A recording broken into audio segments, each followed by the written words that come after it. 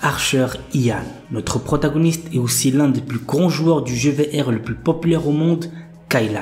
Après avoir atteint le niveau 93 de l'Archer, il décide de tout laisser tomber et de repartir à zéro, mais cette fois, il changera de classe et deviendra un dompteur de monstres. Pourquoi ce changement? Qu'est-ce qui s'est passé? C'est ce qu'on va voir tout de suite. Commençons par le tout début. Après avoir tué un ogre et avoir reçu de l'XP, il aimerait essayer d'avoir 100 000 pièces d'or et ensuite prendre une pause. Au moment où il dit ça, un nouvel ennemi apparaît. Il s'agit d'un ogre géant à 2 têtes qui fait quand même très peur, c'est le moins qu'on puisse dire. Il attaque directement Ian mais réussit à esquiver son coup grâce à la compétence d'esquive. Par contre, il faudra qu'il fasse très gaffe puisque la compétence restera active encore que 1 minute, donc il doit faire vite. Il ne lui reste qu'un seul piège. Il n'a pas le choix, c'est parti. Il doit avoir le bon timing, s'il le rate de même 0,01 seconde, il est foutu.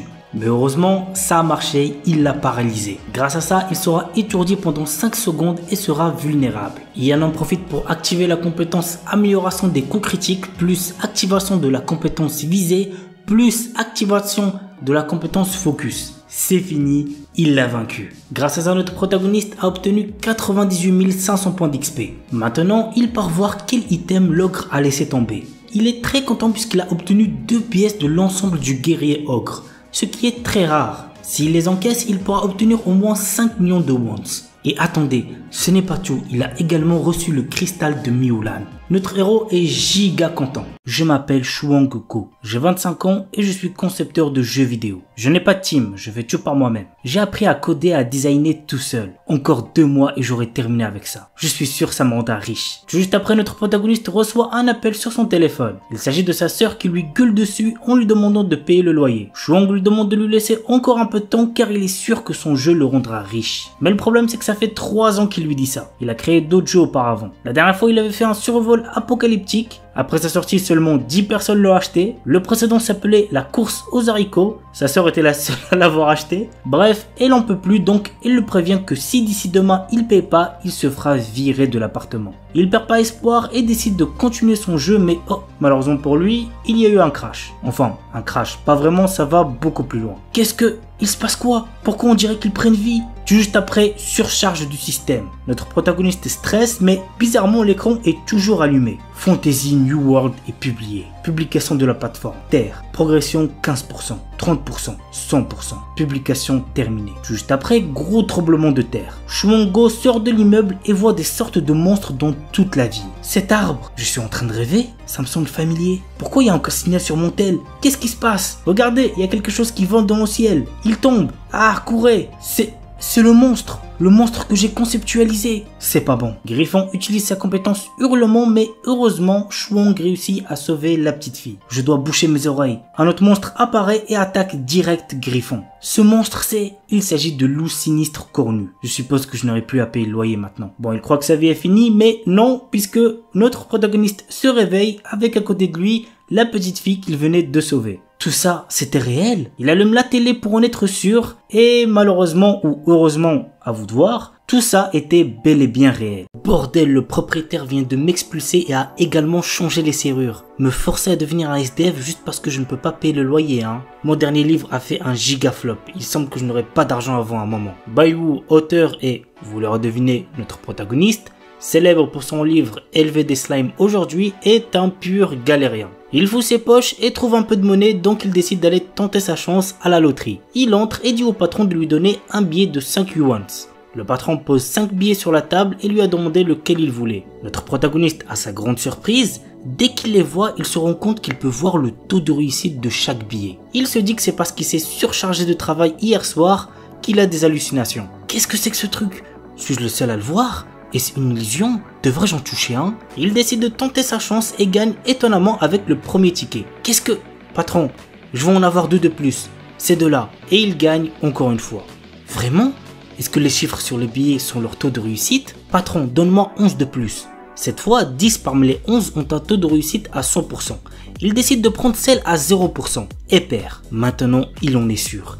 il peut voir leur taux de réussite. Le patron rigole et lui dit que le jeu n'est jamais une bonne chose et qu'il faut apprendre à se contrôler. Et bien évidemment, Baiwu décide de continuer et lui demande de lui donner 10 billets à 20 yuans et un billet à 10 yuans.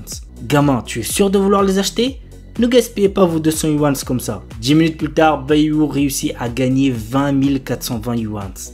D'ailleurs, les yuans, c'est les dollars, juste au cas où. On commence avec Returns Magic Should Be Special. 10 ans après l'apparition du labyrinthe des ombres, une entité appartenant au monde des ombres, l'humanité tout entière fut décimée. Désir Arman est l'un des 6 survivants restants de l'humanité. Les 6 tentatives d'effacer le niveau final du labyrinthe échouent et le monde s'achève. Cependant, quand Désir pensait qu'il rencontrerait sa mort, ce qui se révèle devant lui, c'est le monde il y a 13 ans. Vous l'aurez compris, Désir est retourné dans le passé. Plus précisément, à l'époque où il s'est inscrit à la meilleure académie de magie de la nation Avrion. Il est réuni avec ses précieux amis et est prêt à changer le passé pour sauver le monde et ses proches. Le webtoon a pour genre action, aventure, drame, fantasy, school life et pour thème apprentissage, combat, magie, voyage temporel.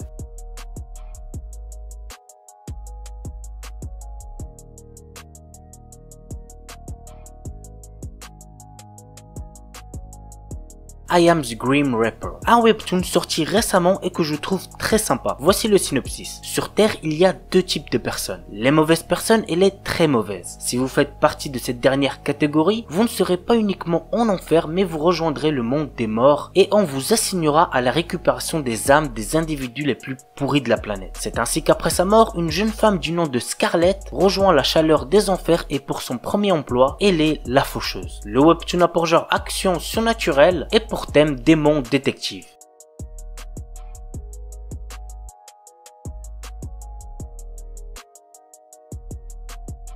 Et on termine avec Hero Ticket. Ki Young-ho est un jeune homme à l'histoire tragique. Après avoir perdu tout ce qui lui était cher, il décide de mettre fin à ses jours. Il est cependant sauvé par Sierra, l'ange de la mort. Après un marché avec cette dernière, il paie avec sa vie et utilise la force des héros. Il lui reste 1 an pour trouver l'esprit de sa mère. Le webtoon a pour genre action fantastique et pour thème fantôme.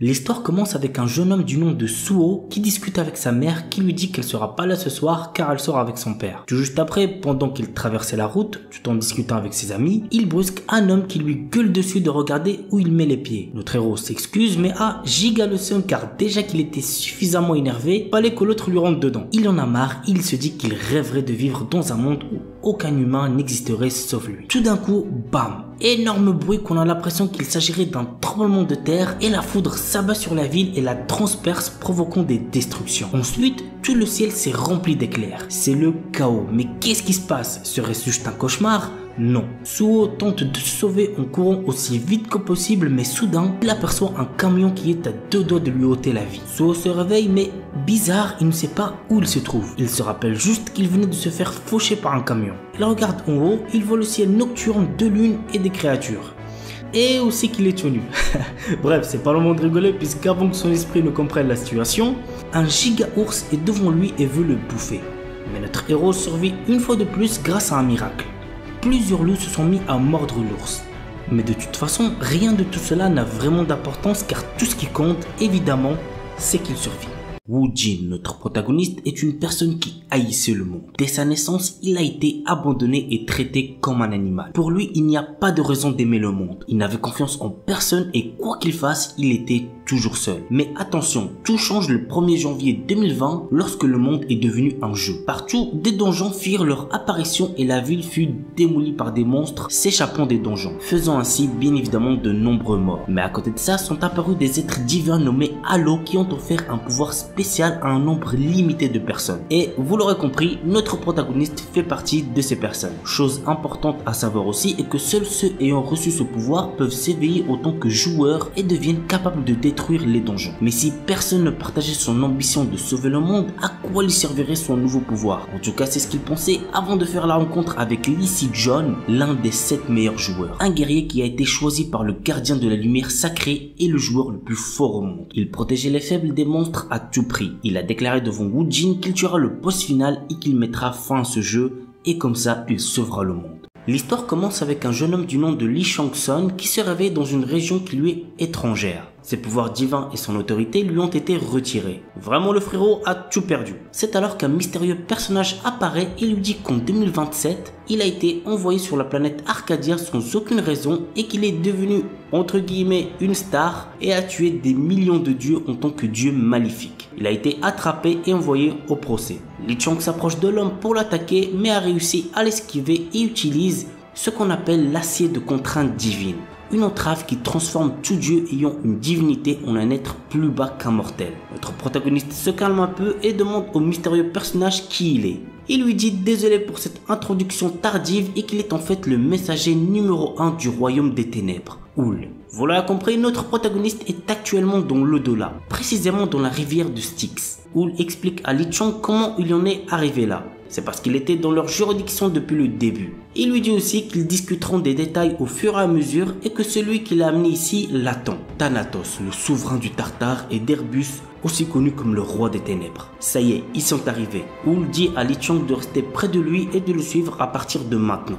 Un jour, de nombreuses tours sont apparues partout dans le monde sans que personne ne connaisse la raison. Selon les gens qui ont fait l'expérience des tours, les tours présentaient une ressemblance frappante à celle connue dans la mythologie, comme si quelqu'un avait copié l'histoire. Certaines personnes étaient enthousiastes à l'idée de rencontrer les héros de la mythologie, mais la situation n'était vraiment pas en faveur de l'humanité. Les donjons et les monstres ont commencé à apparaître autour de la tour et pour protéger le monde de ces créatures, les gens ont commencé à analyser la tour et à détruire les donjons. Ils étaient communément appelés les pilleurs de donjons. Ils ont sauvé tellement de gens grâce à leur capacité. Leur nom était connu à travers le monde, ce qui a motivé notre protagoniste Han Jung-min de devenir lui aussi un aventurier et de pouvoir sauver des vies. Pour réaliser ce rêve, il a dû étudier comme un acharné. De jour en jour, sa compréhension du mana et des mutations s'accrut. Il a tellement bien bossé qu'il a réussi à intégrer l'académie des aventuriers où seule l'élite était acceptée. Il s'est dit que ça y est, maintenant il peut également devenir un aventurier de donjon. Mais malheureusement pour notre protagoniste, il s'est vite rendu compte que peu importe ses efforts, il y avait toujours des obstacles qu'il ne pouvait pas franchir. Hardcore Leveling Warrior. Nous suivons l'histoire de Gon Wu, le joueur le plus puissant d'un jeu dans un monde d'heroic fantasy nommé Lucid Adventure. Enfin, il était le plus puissant puisqu'un jour en effectuant une quête, il a été pris au piège par de nombreux autres joueurs. Il en a fait qu'une bouchée d'eux, sauf un seul joueur de niveau 3 qui a réussi à transpercer son bras avec un couteau, mais ce joueur était en réalité une femme qui a volé tous ses équipements et à cause d'elle, notre protagoniste est tué. Ce n'est pas encore fini puisqu'il faut savoir aussi que s'il meurt rien qu'une fois, toutes ses stats sont remises à 1. Enfin bref, le gars a clairement tout perdu et va donc tout faire pour se venger.